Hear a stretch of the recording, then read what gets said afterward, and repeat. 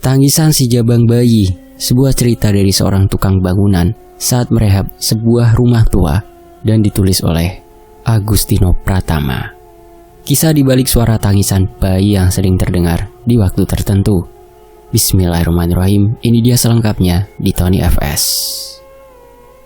Pagi itu, Pak Sugi berangkat dari rumahnya cukup pagi.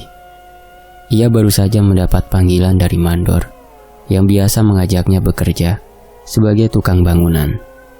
Saat itu, cuaca sedikit mendukung, dengan udara yang masih beraroma pagi yang dingin, dan sinar matahari belum terlalu hangat.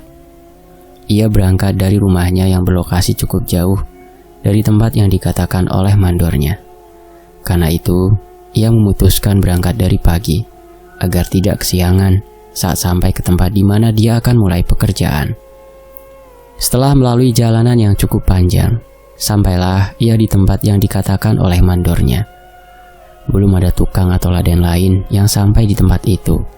Pak Sugi pun memutuskan untuk menunggu, sambil menikmati kopi yang sengaja disiapkan oleh istrinya.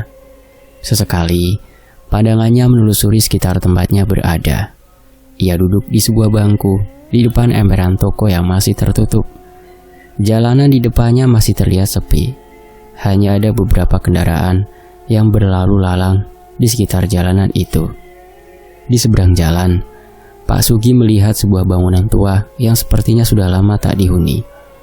Dapat dilihatnya, halaman bangunan yang berbentuk seperti rumah itu sudah ditumbuhi tanaman-tanaman liar. Pagar bangunannya sudah berlumut, dan di beberapa bagian sudah ada yang hancur. Sepertinya sering digunakan oleh orang asing yang coba menerobos masuk ke dalamnya. Pak Sugi sempat menghentikan pandangannya ke arah bangunan yang ada di balik pagar. Sebuah rumah kecil, sekitar tipe 36, dengan dinding yang sudah kusam dan kaca jendela yang sudah banyak yang pecah dan berdebu, sehingga dapat terlihat kondisi di dalamnya. Dari kejauhan, kondisi di dalam rumah itu terlihat gelap, seperti tak ada cahaya matahari yang masuk di dalamnya. Pak Sugi terus mengamatinya. Diiringi suara dengungan knalpot motor yang berlalu lalang. Tiba-tiba, ada sekelebat bayangan anak kecil yang berlari di dalam rumah itu. Sontak, Pak Sugi kaget dengan apa yang dilihatnya. Kopi yang sedang diseruputnya seakan langsung menyembur keluar dari mulutnya. Ia masih merasa heran bercampur ngeri. Saat pintu drek toko di belakangnya mulai berbunyi, seseorang muncul dari dalam toko itu. "Nuwun sewu, Pak. Tokone wes meh buka." Seketika, Pak Sugi langsung beranjak dari duduknya, mengambil tas yang berisi perlengkapan tukang dan makanan yang diberikan oleh istrinya. "Oh nggih, Pak, monggo." Si pemilik toko agak memperhatikan Pak Sugi. Saat dilihatnya apa yang dibawa Pak Sugi, sepertinya langsung menduga bahwa ia adalah seorang tukang bangunan. "Jenengan Pak nggarap nangendi pernai?" tanya pemilik toko. Pak Sugi belum bisa memastikan jawaban.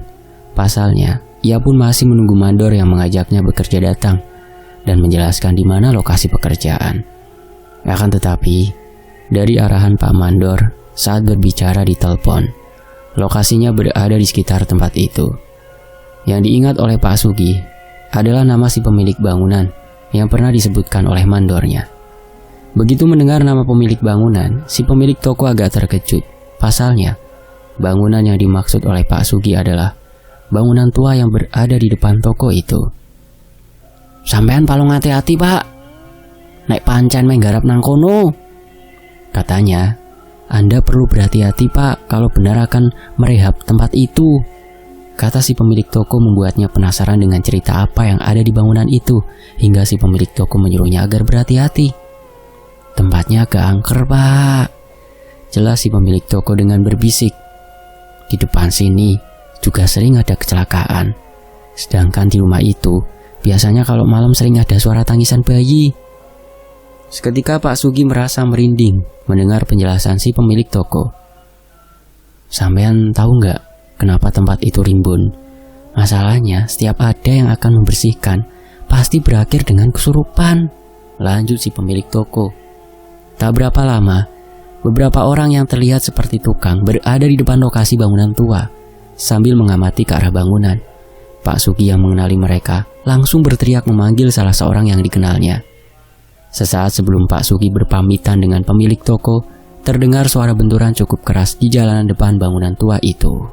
Orang yang mendengarnya pun cukup kaget dan segera berlari ke arah suara yang ternyata suara kecelakaan tunggal. Seorang pengendara sepeda motor menabrak trotoar jalan yang mengakibatkan pengendara itu jatuh dan motornya rusak karena menghantam trotoar. Orang-orang berlarian menolong pengendara itu, termasuk Pak Sugi dan pemilik toko. Pak Mandor yang baru tiba di lokasi itu ikut menolong pengendara motor yang hampir pingsan, lalu memindahkannya ke atas trotoar dan disandarkan pada dinding pagar bangunan tua itu.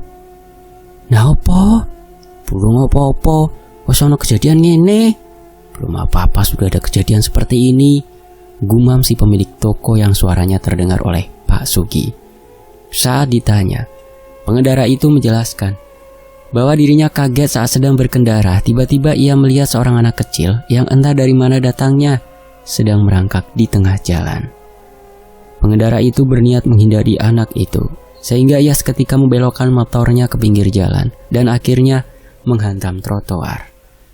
Beberapa orang yang mendengar penjelasan si pengendara keheranan karena tak ada anak kecil yang dimaksud olehnya, karena jalanan masih sepi. Kejadian itu seperti memperkuat keyakinan Pak Sugi bahwa tempat itu benar-benar angker, seperti yang dijelaskan oleh pemilik toko. Pak Sugi hampir saja enggan melanjutkan rencananya untuk bekerja dengan Pak Mandor yang mendapat tugas merehab bangunan tua itu. Kalau saja ia tak teringat dengan keadaan dapur rumahnya yang hampir tak berasap karena hampir sebulan ia tak bekerja, mungkin ia sudah memutuskan untuk mundur. Rasa pekiwuh dengan Pak Mandor pun membuatnya memberanikan diri.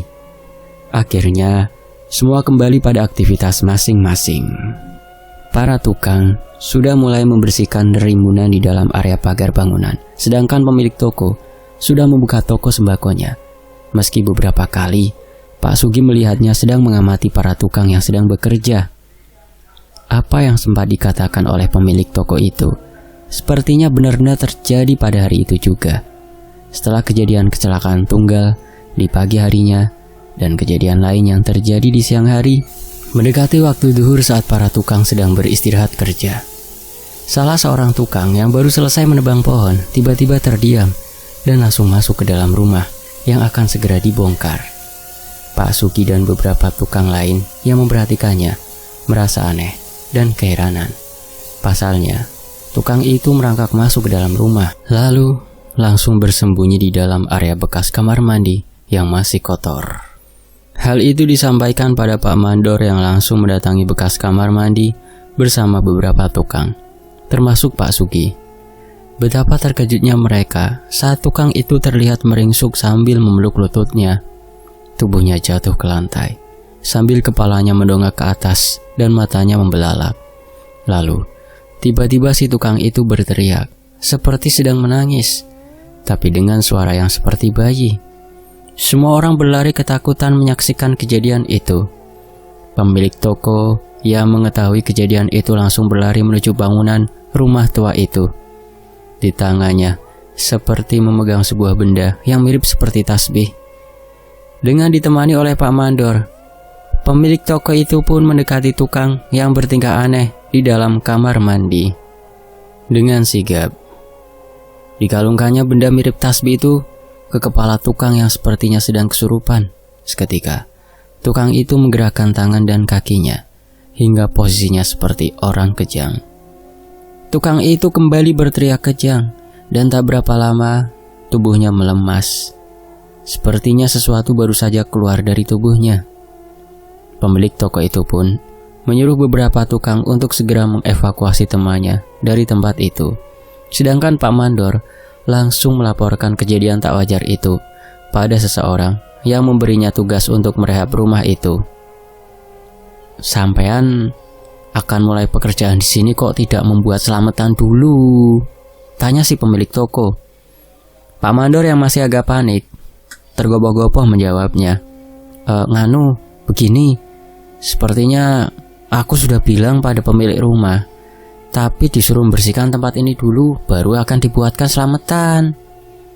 Dasar Mas Hadi itu susah dibilangi kok, angel lek diomongi. Si pemilik toko menggerutu, seperti menyalahkan pemilik bangunan tua itu. Si pemilik toko itu pun akhirnya menceritakan beberapa kejadian yang pernah terjadi di bangunan bekas rumah itu pada Pak Mandor. Menurutnya, setelah cukup lama bangunan itu terbengkalai, lokasinya jadi berubah agak angker. Sering terdengar suara-suara aneh dan muncul beberapa penampakan di sana. Kemungkinan karena lokasinya yang akhirnya jadi rimbun, tempat itu pun kadangkala dijadikan tempat pembuangan makhluk astral. Pemilik toko sudah sejak dulu menasihati si pemilik rumah. Ia beberapa kali melaporkan bahwa bekas rumah itu sering dipakai untuk pembuangan, tapi pemilik rumah seakan membiarkan hal itu. Mulanya Pak Hadi, pemilik rumah itu, tak menceritakan alasan kenapa rumah itu ditinggalkannya. Tapi setelah bertahun-tahun rumah itu terbengkalai dan berubah jadi angker. Karena desakan pemilik toko, Pak Hadi pernah menceritakan sebuah kejadian. Tapi belum sempat pemilik toko itu menceritakan kejadian itu, si pemilik rumah tiba di lokasi. "Assalamualaikum." Terdengar suara salam yang diucapkan oleh seorang laki-laki yang berusia cukup lanjut.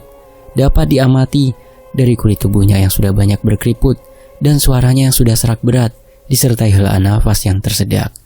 Namun dari perawakannya orang itu masih terlihat bugar. Pak Hadi coba berkeliling ke setiap sudut lokasi. Dari raut wajahnya seakan sedang berusaha mengingat-ingat letak sesuatu.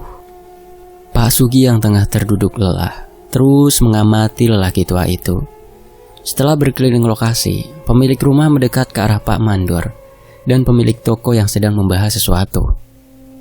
"Bagaimana kejadiannya, Dor? Kok bisa anak buahmu kesurupan?" Pak Mandor pun menceritakan apa yang terjadi hari itu.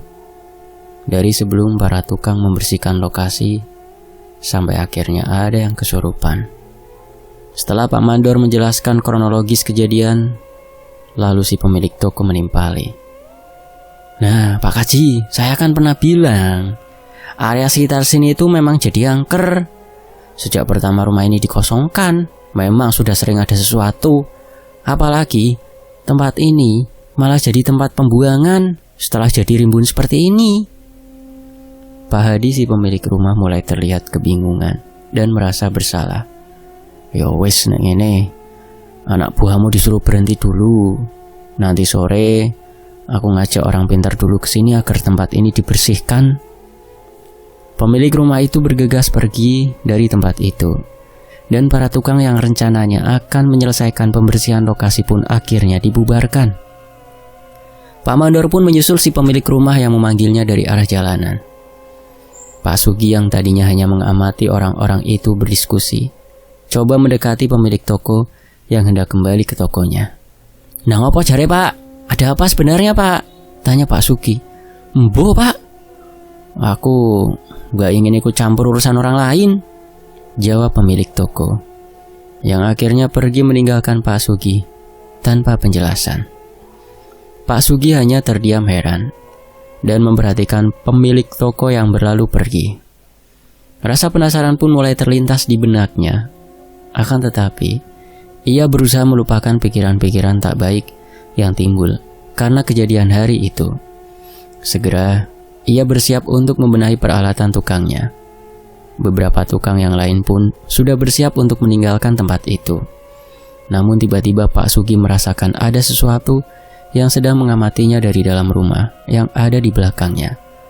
Pak Sugi pun menoleh, dan sekelebat bayangan aneh terlihat olehnya masuk ke dalam ruang kamar mandi, yang arahnya terlihat dari jendela kaca yang pecah.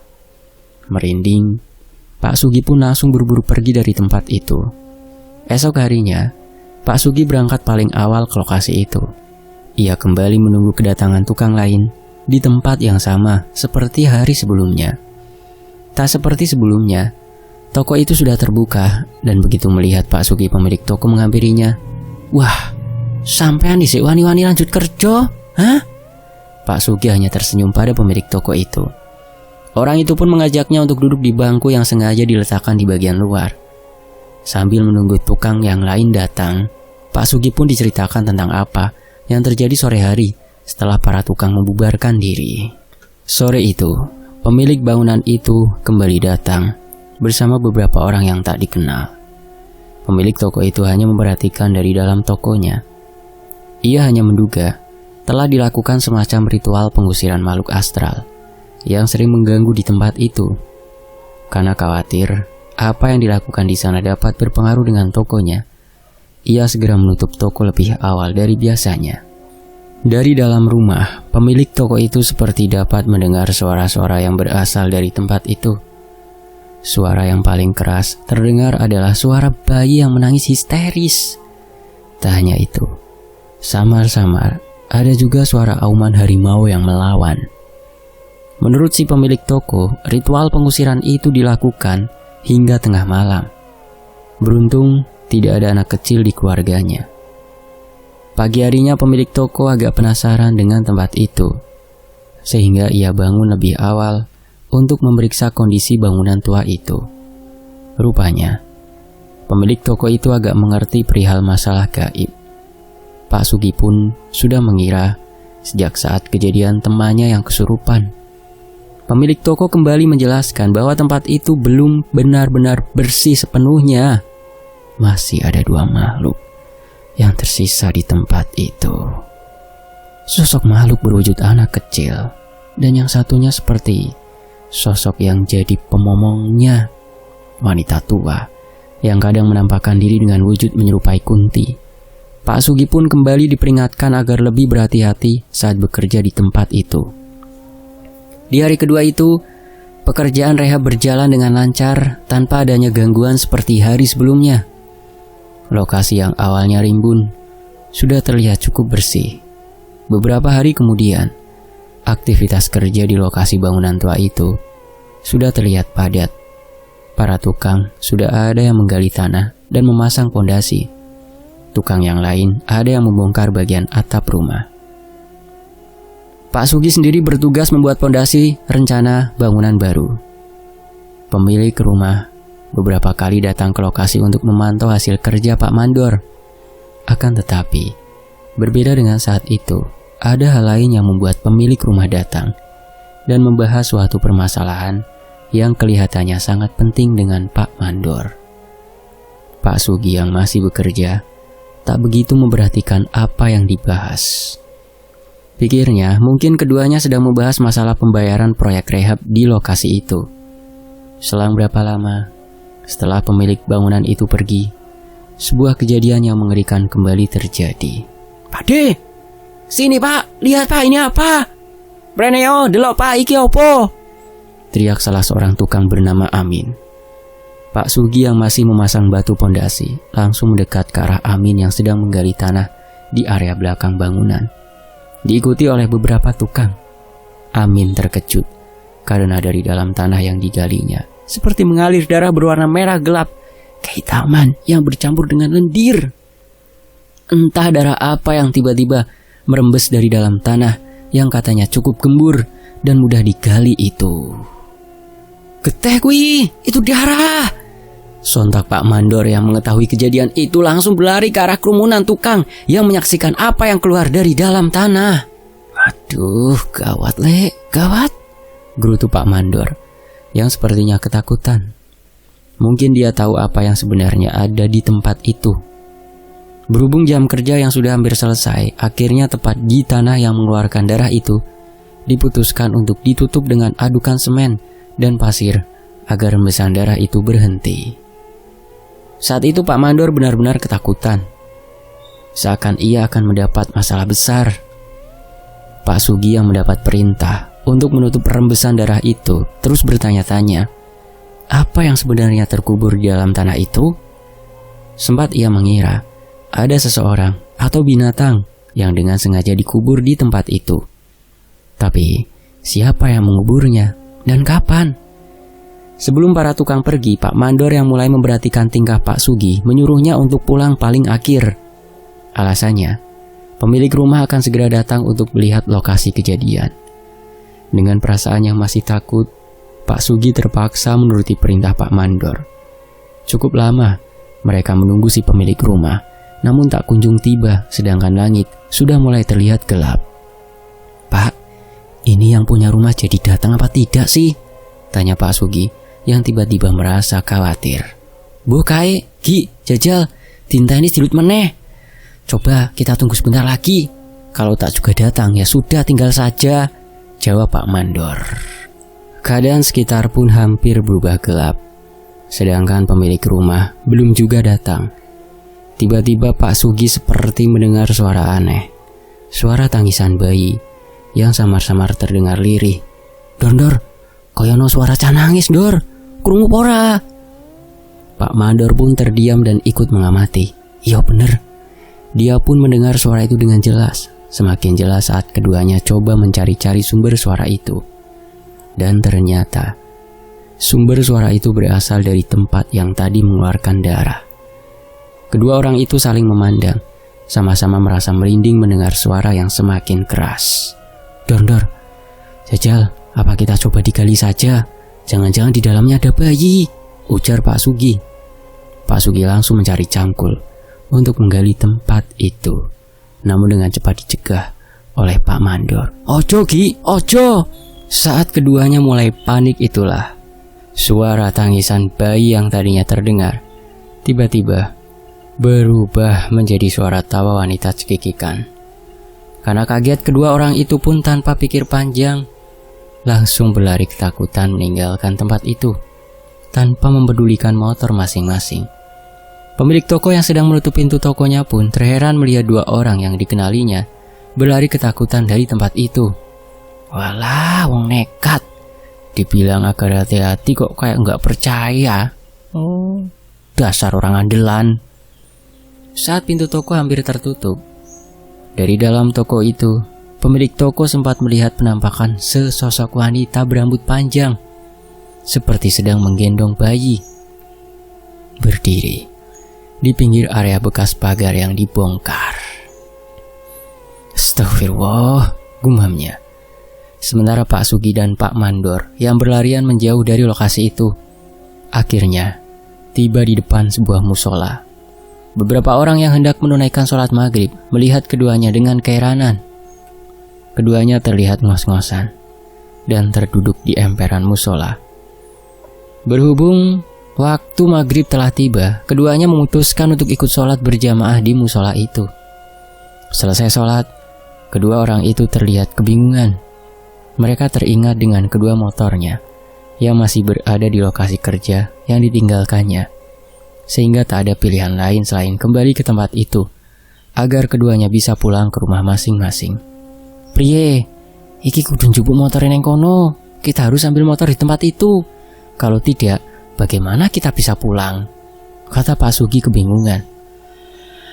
Salah seorang jamaah musola yang merupakan warga sekitar melihat kedua orang itu lalu bertanya pada mereka. Pak Mandor pun menjelaskan bahwa mereka berdua baru saja pulang dari bekerja, yaitu merehab bangunan tua tak jauh dari musola itu. Mendengar penjelasan Pak Mandor, tiba-tiba orang itu mengajak mereka untuk mampir ke rumahnya terlebih dahulu. Dan karena tak ada pilihan lain, akhirnya mereka pun menuruti tawaran orang itu.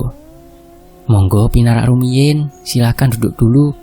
Saya mau ganti baju dulu sebentar." Orang itu mempersilahkan Pak Mandor dan Pak Sugi untuk masuk dan duduk di ruang tamu rumahnya. Tidak lama kemudian, orang itu pun keluar dan memperkenalkan diri. "Namine kula Makmur," kata orang itu. Pak Mandor dan Pak Sugi pun memperkenalkan diri masing-masing. Pak Makmur pun menanyakan perihal pekerjaan mereka dan apa yang mereka alami di lokasi kerja mereka. Meski agak ragu, akhirnya keduanya menceritakan setiap kejadian yang mereka alami sejak awal memulai pekerjaan di tempat itu. Setelah mendengar ceritanya, Pak Makmur pun menyampaikan sebuah cerita yang berkaitan dengan tempat itu, sekaligus tentang keluarga yang pernah menempatinya. Menurut Pak Makmur, cerita itu sudah menjadi rahasia umum bagi warga sekitar tempat itu. Jadi, beliau bersedia menjelaskannya pada Pak Mandor dan Pak Sugi. Sebelum bercerita, istri Pak Makmur muncul menyuguhkan minuman untuk kedua tamu suaminya. "Nah, ini istri saya. Dia juga tahu cerita di bekas rumahnya Pak Hadi itu, ujar Pak Makmur. Istri Pak Makmur pun ikut duduk di ruangan itu dan ikut membahas ceritanya. Sore itu pun Pak Sugi dan Pak Mandor akhirnya mengetahui sejarah kelam yang terjadi di rumah itu. Awalnya Pak Hadi dan seluruh keluarganya tinggal di rumah itu. Menurut cerita Pak Makmur, Pak Hadi punya seorang anak perempuan yang saat itu masih remaja. Usianya seumuran dengan istri Pak Makmur. Bahkan menurut Pak Makmur, dulu anak Pak Hadi dan istrinya sempat berteman baik. Suatu ketika, ada hal yang memalukan terjadi di keluarga itu. Anak Pak Hadi hamil di luar nikah. Sayangnya kehamilan anaknya itu baru diketahui setelah usia kandungannya, berumur hampir 7 bulan. Bentuk tubuh anak Pak Hadi yang memang kecil membuat orang lain tak menyadari bahwa telah ada kehidupan di dalam rahimnya. Dengan dibantu oleh seorang dukun pijat, prosesi pengguguran janin dilakukan di dalam rumah itu. Hampir tak ada yang mengetahui cerita pengguguran itu. Sayangnya, selang beberapa hari, anak Pak Hadi dilarikan ke rumah sakit karena mengalami pendarahan cukup parah. Beberapa warga yang saat itu penasaran dengan kondisi anak Pak Hadi berdatangan dan mencari tahu apa yang sebenarnya terjadi. Istri Pak Makmur adalah salah seorang saksi dari kejadian itu. Sebelum akhirnya meninggal, anak Pak Hadi sempat memberitahukan kepada istri Pak Makmur yang saat itu masih muda bahwa ia baru saja menggugurkan janin hasil hubungan dengan kekasihnya. Anak Pak Hadi pun sempat meminta istri Pak Makmur untuk menyampaikan pada orang tuanya agar jika ia meninggal, ia ingin janin yang digugurkan itu dipindah kuburannya dekat makamnya. Saat anak Pak Hadi itu meninggal, istri Pak Makmur sudah berusaha menyampaikan amanah itu, namun justru kemarahan dari keluarga Pak Hadi yang diterimanya. Karena merasa aib keluarganya sudah terbongkar, Pak Hadi dan keluarganya memutuskan untuk pindah dari rumah itu dan akhirnya menaruh benci pada istri Pak Makmur dan keluarganya. Amanah itu belum dilaksanakan saat keluarga Pak Hadi pindah dari rumah itu, dan saat mendengar cerita dari warga sekitar tentang rumah yang berubah jadi angker itu, istri Pak Makmur sudah menduga bahwa suara tangisan bayi yang sering terdengar dari rumah itu adalah suara sosok janin yang pernah dikuburkan di suatu tempat di sana. Apa yang disampaikan oleh Pak Makmur membuat Pak Sugi semakin merinding. Namun, berbeda dengan Pak Mandor, tak ada rasa takut tergambar dari raut wajahnya. Justru Pak Mandor terkesan begitu penasaran saat Pak Makmur sedang bercerita. Sepertinya Pak Mandor sudah sedikit tahu perihal ada kuburan janin di lokasi itu. Tapi ia baru mengerti janin siapa yang dikuburkan di bekas rumah yang terbengkalai. Dari cerita yang disampaikan oleh Pak Makmur, Pak Mandor seperti mendapat versi lain dari cerita tentang rumah itu. Sesekali ia merasa sosok itu seperti sedang menangis meminta tolong. Pernah juga sosoknya terlihat sedang menggendong bayi berjalan-jalan di sekitar rumah itu. Mulanya, ada orang yang menempati rumah itu. Tapi karena sering mendapat gangguan gaib, akhirnya orang itu keluar. Tak ada yang berani menempati rumah itu dan akhirnya jadi terbengkalai alias Umah Suwung. Istri Pak Makmur pun sempat diganggu oleh sosok temannya, anak Pak Hadi, di awal meninggalnya. Tapi setelah diobati dan akhirnya menikah dengan Pak Makmur, sosok itu tak lagi mengganggunya. Sampai yang mendengar lokasi rumah itu akan direhab, istri Pak Makmur kembali didatangi oleh sosok temannya dalam mimpi. Yone iso kui kuburane janin kae dipindahke. Manu jalukane koncoku kuwi, tutur istri Pak Makmur. Tak terasa dan Isya pun tiba. Mereka bersiap ke musola dan setelah itu rencananya mereka akan kembali mendatangi lokasi itu untuk mengambil motor Pak Sugi dan Pak Makmur yang masih di sana. Pak Mandor dan Pak Sugi ditemani oleh Pak Makmur menuju lokasi itu. Sesampainya di sana, ternyata sudah ada Pak Hadi dan beberapa orang yang berkumpul di depan area bekas pagar. Walah, lah iki wonge teko, celetuk Pak Hadi yang melihat kedatangan Pak Makmur dan Pak Sugi. Namun raut wajahnya tiba-tiba berubah saat melihat kedua orang itu datang bersama Pak Makmur. Mur, kowe Pak opo mrene? Wes ra usah melu-melu, bali bae. Kula nggih mung ngeter tukangin jenengan iki, Pak. Mereka tadi ketakutan, katanya melihat penampakan. Jarine diweruhi. Jelas, Pak Makmur. Pak Makmur belum sempat meninggalkan tempat itu saat seseorang keluar dari lokasi. Terlihat orang itu tengah membawa sebuah cawan cukup besar yang terbuat dari tanah liat. Pak Sugi hanya mengira bahwa apa yang ada dalam cawan itu adalah bekas janin yang pernah dikubur di lokasi itu. Ia pun bingung, apa mungkin janin yang sudah terkubur selama belasan tahun itu masih menyisakan bagian tubuhnya? Lalu darah yang keluar dari dalam tanah itu sudah pasti bukan darah si jabang bayi. Lalu darah apa? Hal itu masih terus jadi pertanyaan bagi Pak Sugi hingga ia menceritakan pada saya tentang cerita itu. Keesokan harinya, pekerjaan di lokasi itu dihentikan. Menurut Pak Mandor, ia memutuskan untuk mundur dari proyek rehab itu. Alasannya, Pak Hadi seakan mempersulit pembayaran untuk proses rehab rumahnya. Tapi, Pak Mandor sepertinya tidak mengatakan alasan sebenarnya. Tapi saat Pak Sugi diajak oleh Pak Mandor untuk bekerja di lokasi lain, Pak Mandor mengatakan alasannya mundur dari pekerjaan di tempat itu. Alasannya adalah karena Pak Mandor sempat menyarankan apa yang dipesankan oleh istri Pak Makmur pada Pak Hadi. Karena tersinggung, akhirnya Pak Hadi memutus kerja dengan Pak Mandor. Dan beberapa hari setelah pekerjaan itu dihentikan, Pak Mandor mendapat kabar dari Amin, tukang yang pertama kali menemukan darah di area bekas rumah itu. Setelah kejadian itu, hampir setiap malam Amin terus ditemui oleh sosok perempuan muda yang menanyakan bayinya. Entah apa maksudnya. Perempuan itu seakan terus meminta tolong agar ia mencari keberadaan bayinya. Pak Sugi sedikit menahan nada bicaranya saat bercerita tentang itu. Berarti janin kayak dibuat karo Pak Hadi. Saya mendengar cerita itu hanya dapat merasa miris. Kok segitu teganya Pak Hadi pada anak dan calon cucunya sendiri? Karena mempertahankan nama baik keluarganya, harga diri. Ia rela mempertaruhkan nyawa dua orang keluarganya sendiri. Astagfirullahaladzim. Semoga dari kisah tersebut ada hikmah dan pelajaran yang dapat kita ambil. Penulis pribadi, Mas Agus, mohon maaf apabila ada kesalahan kata dalam menyampaikan cerita. Saya juga yang bacain, mohon maaf juga ya kalau ada salah kata. Atas perhatiannya, penulis mengucapkan terima kasih. Kita beralih ke kisah lainnya. Tetap di Tony FS. Wassalamualaikum.